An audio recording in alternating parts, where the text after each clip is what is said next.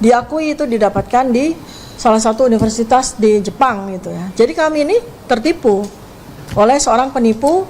Jadi saya, Mas Roy, ini termasuk orang yang ya secara terus terang saya katakan tertipu begitu ya, tertipu begitu. Karena yang bersangkutan ini menyatakan diri sebagai dokter lulusan Yamaguchi, bahkan menyertakan ya gelar lengkap ya itu di KTP, yang dimana KTP itu kami juga punya fotokopinya karena kami membuat surat kuasa ya, surat kuasa hukum kepada para pihak itu pada waktu awal kasus laporan polisi ini bergulir. Kami bertiga itu punya tim pembela namanya PPK, tim pembela penegak keadilan. Itu prinsipalnya atau kliennya itu kami bertiga, RRT ya. Nah, sehingga kami juga menyertakan KTP kami kepada para kuasa hukum. Dan di situ jelas tertera nama tersebut ya, itu beserta dengan gelar depan dan belakang. Anda tahu ya, gelar doktor maupun gelar master yang diakui itu didapatkan di salah satu universitas di Jepang gitu ya. Jadi kami ini tertipu oleh seorang penipu, tetapi penipu ini berilmu. Ini yang tidak boleh juga dihilangkan, teman-teman ya. Jadi yang bersangkutan bersama dengan kami itu melakukan penelitian sampai kemudian akhirnya menghasilkan buku Jokowi's White Paper ini, secara keilmuan ini valid ya, ini valid secara keilmuan. Siapa yang menyatakan valid? Bukan kami, tapi peer reviewer, para review ya, yang mana orang-orang tersebut adalah orang-orang yang betul-betul pakar di bidangnya. Dari dua orang yang kami bisa sebutkan, yaitu satu Profesor Tono Saksono dan yang kedua adalah Dr. Ridho Rahmadi, yang bahkan ya, karena mereka menilai apa yang dilakukan oleh kami bertiga ini betul-betul valid, maka mereka pun bersedia untuk menjadi saksi ahli bagi kami bertiga. Selain hadir di gelar perkara khusus ya, juga hadir mewakili kami di dalam pemeriksaan sebagai saksi ahli yang meringankan ya. Jadi mana mungkin sebuah karya oleh tiga orang yang berilmu begitu ya, itu kemudian di counter oleh salah satu dari tiga orang ini ya, kecuali apabila memang ada sebuah tekanan yang besar sekali kepada yang bersangkutan, yang tadi dugaannya itu disampaikan oleh Pak Al-Katiri atau apapun ya. Tapi yang jelas adalah bahwa manuskrip atau hasil penelitian yang tertuang dalam buku Jokowi's White Paper ini selain valid secara keilmuan ya, juga sudah menjadi bukti hukum ya, di bawah sumpah 2 kali pula. Karena bersangkutan RHS ini melakukan sumpah 2 kali. Pertama adalah ketika menjadi saksi, kami bersama-sama sebagai terlapor di situ. Ya, yang bersangkutan itu menggunakan 11 bab yang dia tulis di buku ini sebagai BAP, dan BAP-nya itu di bawah sumpah. Kedua adalah ketika yang bersangkutan menjadi saksi ahli pada sidang citizen lawsuit di Solo ya. Artinya bersangkutan ini sudah melakukan sumpah 2 kali. Jadi artinya secara hukum yang bersangkutan dengan alasan apapun tidak bisa lagi mencabut apa yang ditulis pada buku Jokowi's White Paper ini ya, karena itu sudah menjadi sebuah evidence based research dan sebagai bukti hukum ya. Sekali lagi saya tekankan bahwa yang melakukan validasi atas hasil penelitian kami yang tertuang dalam buku Jokowi's White Paper ini bukan kami, tetapi para ahli ya, para ahli yang namanya sudah berkategori internasional ya, baik Profesor Tono Saksono maupun Dr. Ridho Rahmadi. Bahkan Profesor Tono Saksono sudah membuat video untuk memberikan kesaksian ahli bahwa karya kami ini karya ilmiah yang valid ya. Kemudian saya juga ingin melakukan disclaimer sekaligus juga penyelarasan informasi, karena yang ditulis yang disampaikan oleh RHS ini pada beberapa video yang dia upload di sosial media itu menyesatkan ya. Jadi buku ini ditulis oleh 3 orang dengan proporsi. Pada awal kami berencana untuk membuat buku Jokowi's White Paper ini 500 halaman, di mana 200 halaman itu adalah RHS, 200 halaman itu saya Dr. Tifa, dan 100 halaman adalah Pak Mas Roy Suryo ya. Tetapi ternyata pada perjalanannya selama 1 bulan, RHS memaksakan kami untuk memasukkan kurang lebih 11 bab, sehingga dia kemudian menggeser kuota saya maupun kuotanya Mas Roy Suryo, ya, diambil oleh dia sebanyak 400 halaman lebih. Nah, kemudian bukan secara kuantitas, tetapi kalau kita menilai sebuah karya ilmiah itu kita harus menilai secara kualitas, ya.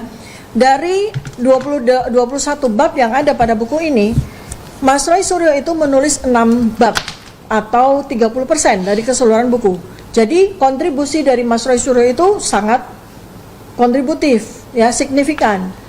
Tidak ada artinya 100% tanpa ada 30%. Saya menulis 4 bab, kurang lebih sekitar 20%. Walaupun secara halaman saya lebih banyak, tapi secara kontribusi, Mas Roy Suryo itu memberikan kontribusi lebih banyak secara kualitas. Sebanyak 30%, saya 20%, dan 50% diambil oleh RHS. Sehingga di sini pun juga terlihat bahwa sulit bagi RHS untuk mencabut apa yang sudah dia tulis sebagai sebuah penelitian pada buku Jokowi's White Paper. Apalagi dengan penuh percaya diri, dia juga yang menggunakan buku Jokowi's White Paper ini 11 bab itu sebagai BAP-nya ketika menjadi terlapor, ya. Jadi ini sudah confirm, ya, teman-teman, ya. Untuk masyarakat Indonesia yang sudah memiliki buku ini sebagai koleksi, jangan dibakar, jangan dibuang, karena buku ini adalah buku catatan sejarah, catatan ilmiah yang insya Allah nanti akan sangat berguna bagi bangsa dan negara ini.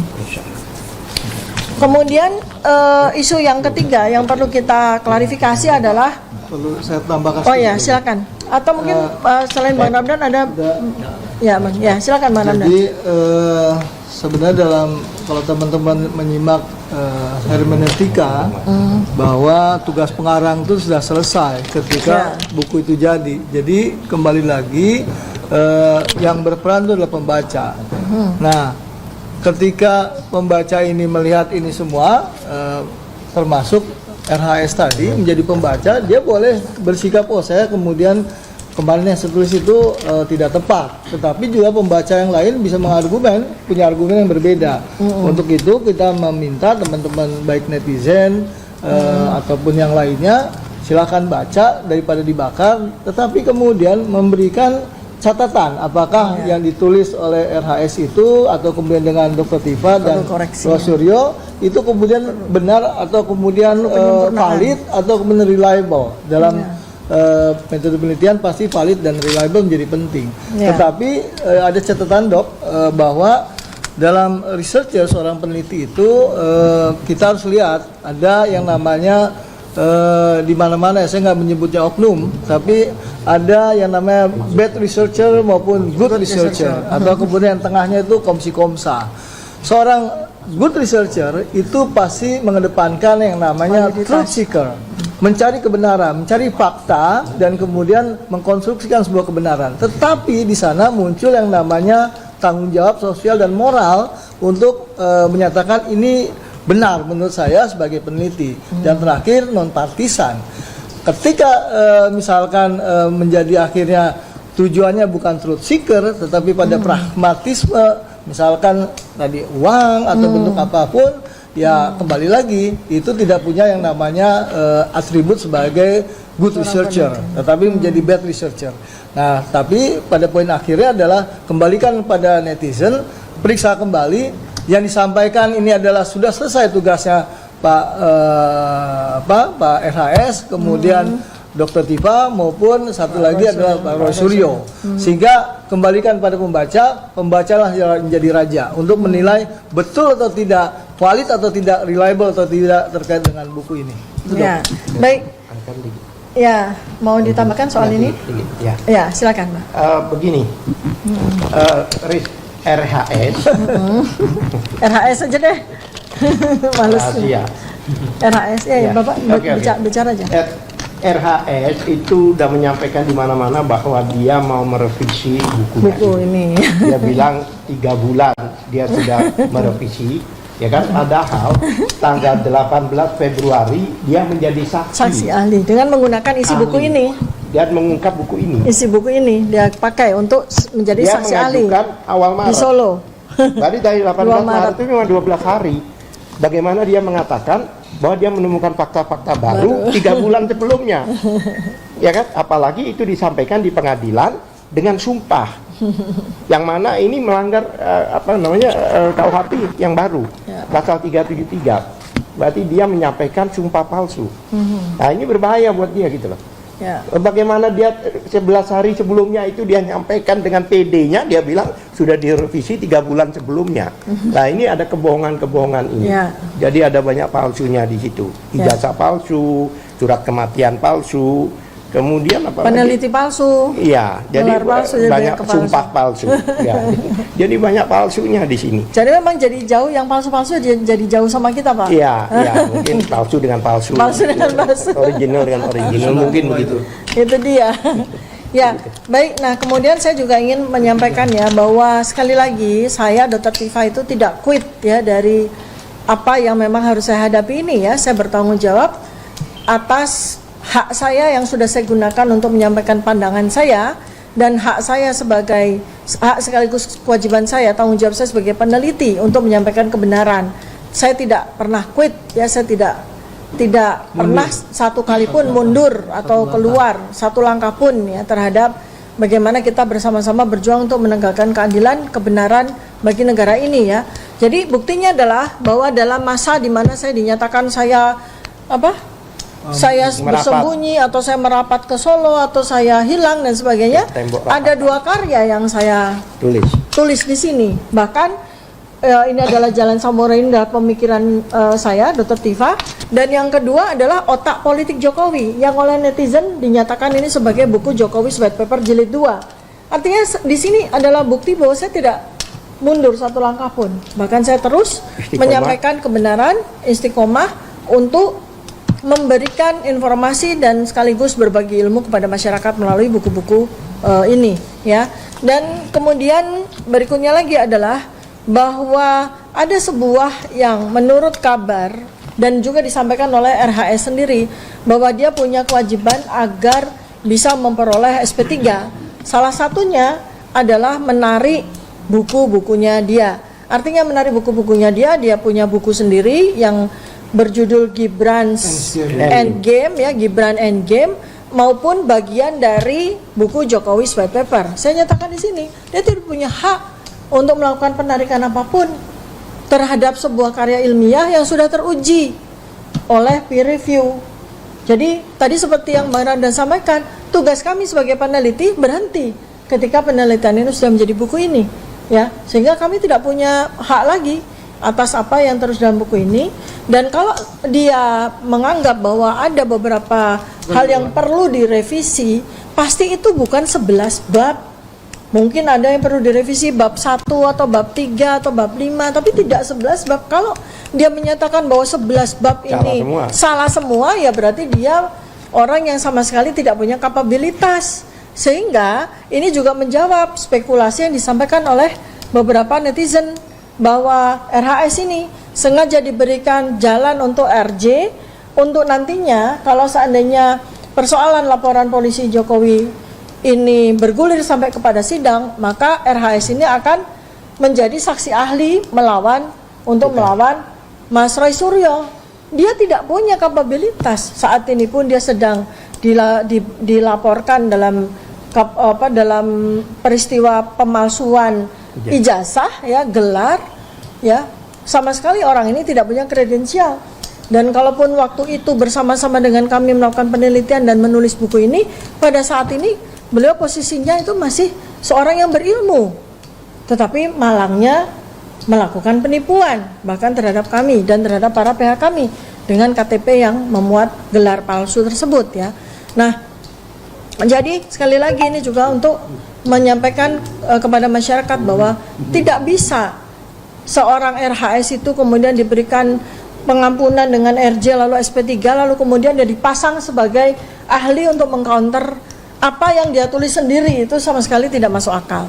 Apalagi untuk mengcounter seorang ahli doktor asli ya yang bernama Dr. Roy Suryo.